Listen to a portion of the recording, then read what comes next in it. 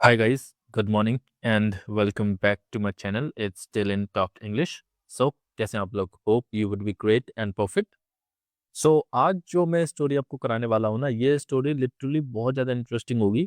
Actually ये story sir Ratan Tata के बारे में है, रतन टाटा सर के बारे में। और मुझे नहीं लगता है कि शायद ही कोई ऐसा व्यक्ति हो जो सर रतन टाटा को नहीं जानता हो। I think everybody knows him. I mean वो कितने अच्छे व्यक्ति थे, कितने शानदार व्यक्ति थे, ये हर किसी को पता है, हर कोई जानता है। सो आज उन्हीं की ये स्टोरी हम पढ़ेंगे, उनका जन्म कहाँ हुआ, कैसे हुआ और उन्होंने कैसे टाटा ग्रुप को सँभाला। वैसे तो बहुत ज़्यादा देखो शॉर्ट स्टोरी है और ये स्टोरी बहुत ज़्यादा लॉन्ग हो सकती थी और हो सकती भी है, बट लॉन्ग स्टोरी लाना अभी पॉसिबल नहीं था। बट अगर आप चाहें तो मैं लॉन्ग स्टोरी भी ला सकता हूँ। और मैं एक बात और बताना चाहता हूँ, अगर इस स्टोरी के दौरान अगर मेरे से कोई भी स्टोरी में या फिर बोलते समय या फिर देखो कैसी भी अगर कोई मिस्टेक हो जाए तो प्लीज़ फॉरगिव मी। बाकी मैं ध्यान रखूँगा कि कोई मिस्टेक मेरे से ना हो। ठीक है? अब आगे बढ़ते हैं और देखते हैं।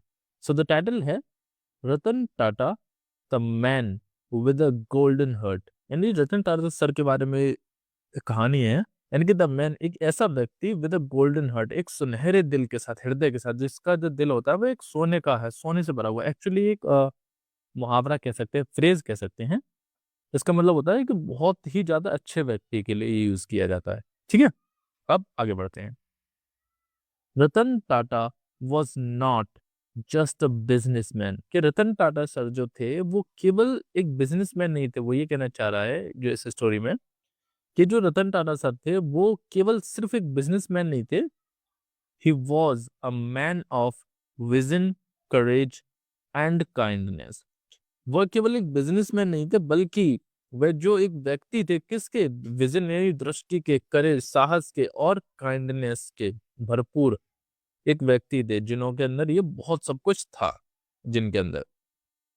बॉर्न ऑन December 28, 1937 इन मुंबई, जिनका जन्म दिसंबर 28 को 1937 इन मुंबई में हुआ था। कहाँ पर?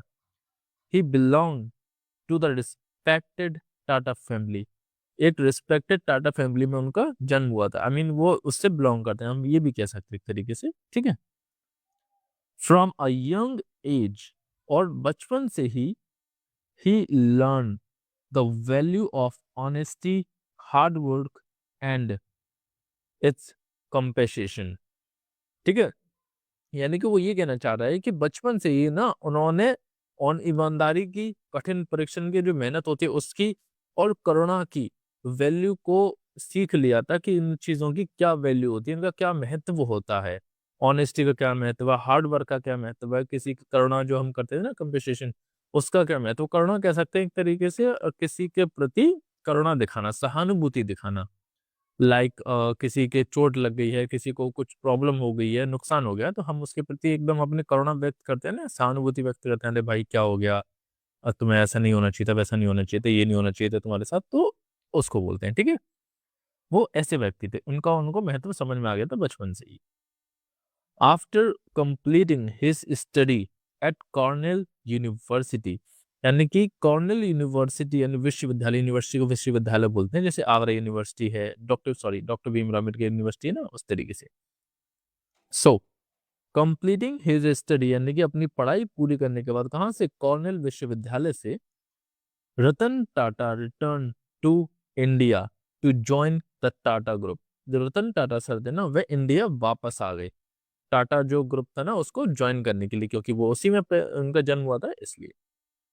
Instead of starting at the top, यानी कि सबसे ऊंचे पद से स्टार्ट करने के बजाय, अब वो ऋषि फैमिली से बिलोंग करते थे, टाटा ग्रुप से, तो वो चाहते तो अपना जो ओहदा था वो ऊंचे पद से स्टार्ट कर सकते थे, like manager, senior manager, general manager, या फिर हो सकता है वो एमडी, या फिर कुछ भी, मतलब ऊंचे पद से स्टार्ट कर सकते थे। But he begin working on the factory floor, लेकिन उन्होंने ऐसा नहीं किया। उन्होंने क्या किया, उन्होंने टॉप के पद से स्टार्ट करने की बजाय उन्होंने जो स्टार्ट किया वो नीचे पद से स्टार्ट किया। वर्किंग ऑन द फैक्ट्री, यानी फैक्ट्री में काम करना चालू किया। जो फ्लोर होते हैं ना फैक्ट्री में, जो वर्कर्स काम करते हैं उनके साथ वहां से काम करना उन्होंने चालू किया। Learning every small detail of the business, यानी उन्होंने जो बिजनेस को होता है ना, उसकी एक छोटी से छोटी डिटेल को सीखा, जानकारी को जाना। This experience made him humble. और ये जो एक्सपीरियंस था जहां से उन्होंने फैक्ट्री से काम करना चालू किया मजदूरों के साथ, और इस वाले जो एक्सपीरियंस ने ना उन्हें जो मजदूर थे उनके प्रति कैसा बना दिया, हम्बल यानी कि विनम्र बना दिया। And understanding towards worker. और जो वर्कर्स होते हैं यानी कि जो मजदूर होते हैं, जो काम करते हैं, एम्प्लॉइज होते हैं ना, उनको अंडरस्टैंडेबल, मतलब उनको समझ सकें कि हाँ एक मजदूर क्या सब फील करता है, क्या होता है वो जब वो काम करता है तो कैसा लगता है सब कुछ। देखो जो बड़े पद पे होता है ना, शायद उससे नहीं पता चलता हुआ कि जो छोटे पद वाले हैं उनको कितना ज्यादा डिफिकल्टी होती होगी काम करने में, या फिर किन किन चीजों का सामना करना पड़ता होगा। बट जब उन्होंने, रतन टाटा सर ने ऐसा किया, छोटे पद से काम करना चालू किया ना, तो उनको अब ये समझ में आ गया था कि जो छोटे पद पर काम करते हैं ना उनको क्या क्या डिफिकल्टीज आती हैं, तो उनको समझने लग गई towards worker. In 1991 he became the chairman of Tata group. यानी कि 1991 में वह जो टाटा ग्रुप था, जो टाटा इंडस्ट्री थी, उसके चेयरमैन बन गए। Many people doubt whether he could lead such a huge company। यानी बहुत सारे लोगों को, जब वो चेयरमैन बन गए थे ना, तो बहुत सारे लोगों को उन पे डाउट होता था, क्या रतन टाटा सर इतनी बड़ी जो ब्रांड है, ऑब्वियसली टाटा बहुत सालों से है ना, तो उनको सबको, लोगों को लगता था क्या ये इतने बड़े ब्रांड को चला पाएंगे, लीड कर पाएंगे। But with determination and confidence he proved everyone wrong. लेकिन बट विद डिटर्मिनेशन यानी अपने दृढ़ संकल्प एंड कॉन्फिडेंस, और अपने भरोसे जो उनको कॉन्फिडेंस था, ही प्रूव्ड, उन्होंने साबित कर दिया एवरीवन रॉन्ग, यानी सबको गलत साबित कर दिया जैसा वो सोच रहे थे।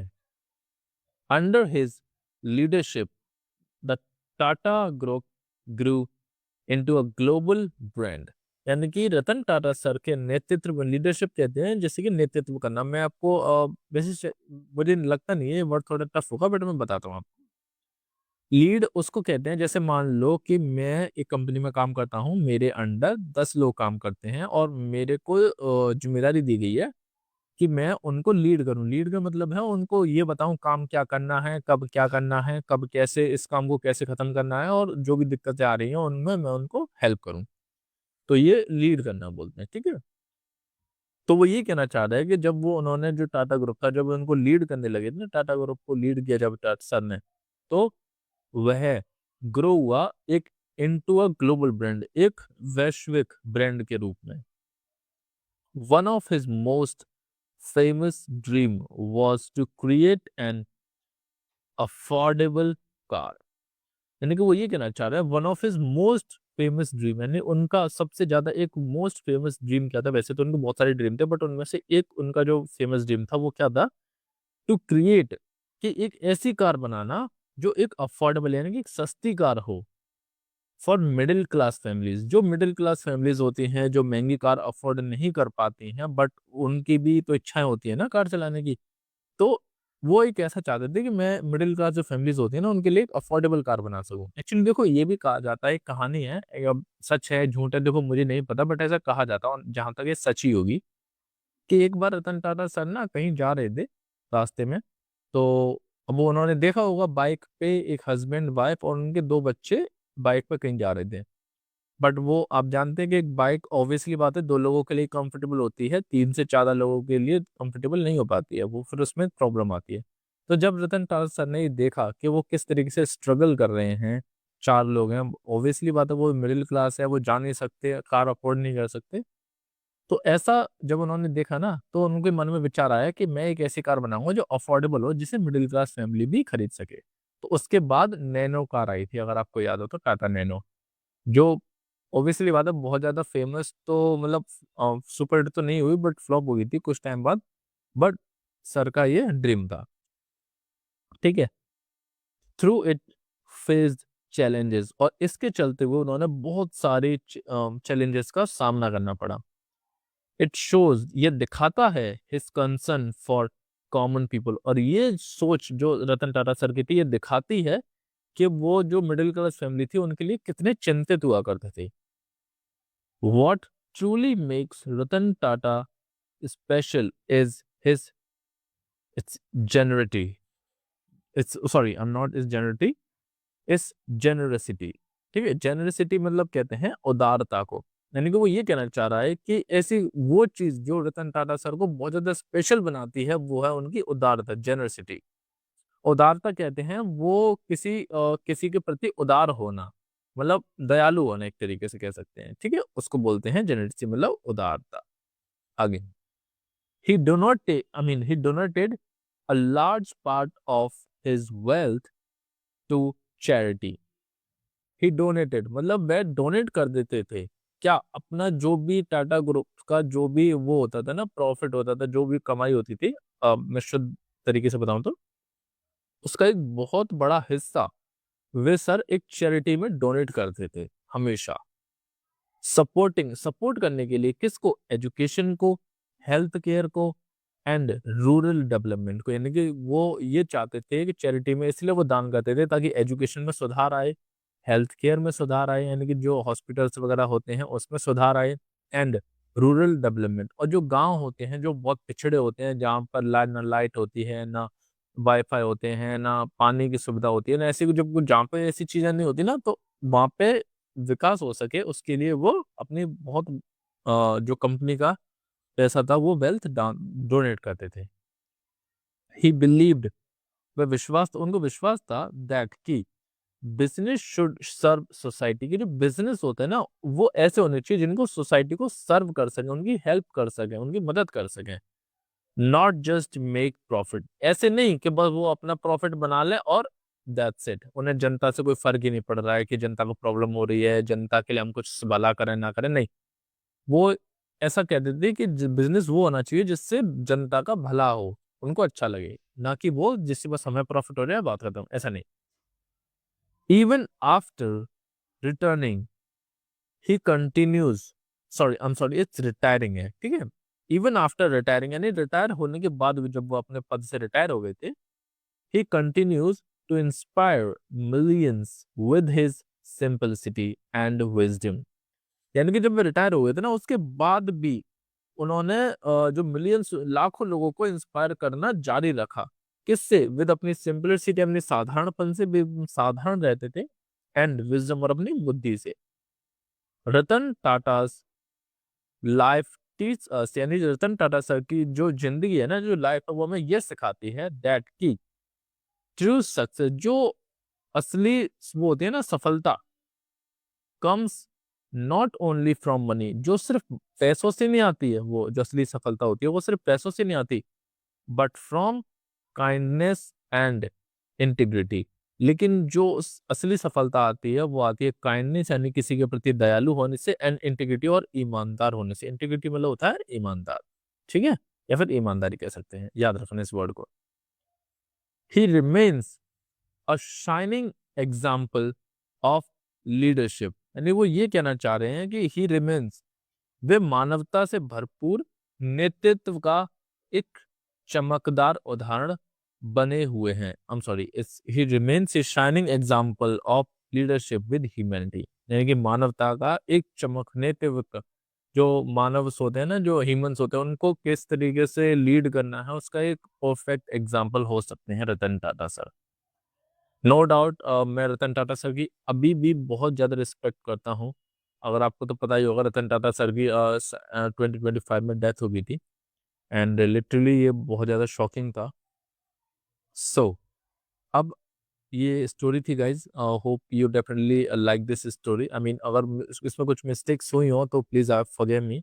I mean I tried my best to not to make any mistake while reading or while creating this story, but sometimes it happens, so I forgive, I mean please forgive me if is there any mistake। so अब आगे बढ़ते हैं और देखते हैं इसके कुछ difficult words की, और जो इसके स्टोरी की कुछ डिफिकल्ट वर्ड्स हो सकते हैं ना उसको। सो फर्स्ट है विजन। विजन कहते हैं दृष्टि, यानी कि देखना। करेज मीन साहस। काइंडनेस मीन होता है दयालु किसी के प्रति, ठीक है। ऑनेस्टी कहते हैं ईमानदार व्यक्ति की, फिर ईमानदारी को, ठीक है। कंपेसेशन मीन्स करुणा। हम्बल किसी के प्रति विनम्र होना, बहुत ज्यादा जो विनम्र होता है ना, अब बहुत प्यार से जो बोलता है उसको हम्बल बोलते हैं, ठीक है।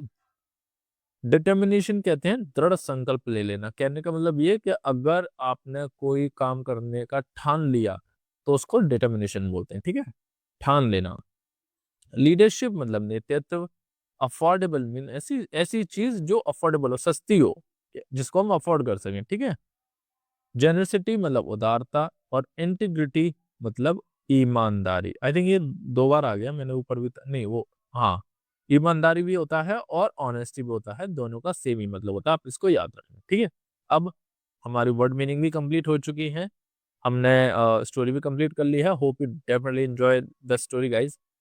एंड अब आपको जो करना है वो है इस वीडियो को लाइक करना है जितना हो सके, आई मीन एक बार ही कर सकते हैं, शेयर करना है जितना हो सके, आप अपने फ्रेंड्स वगैरह सबके साथ शेयर करिए, एंड कमेंट करिए और सब्सक्राइब करिए अगर आपने अभी तक नहीं किया है तो। अब हम कल मिलेंगे with a new interesting story, तब तक के लिए take care and good bye.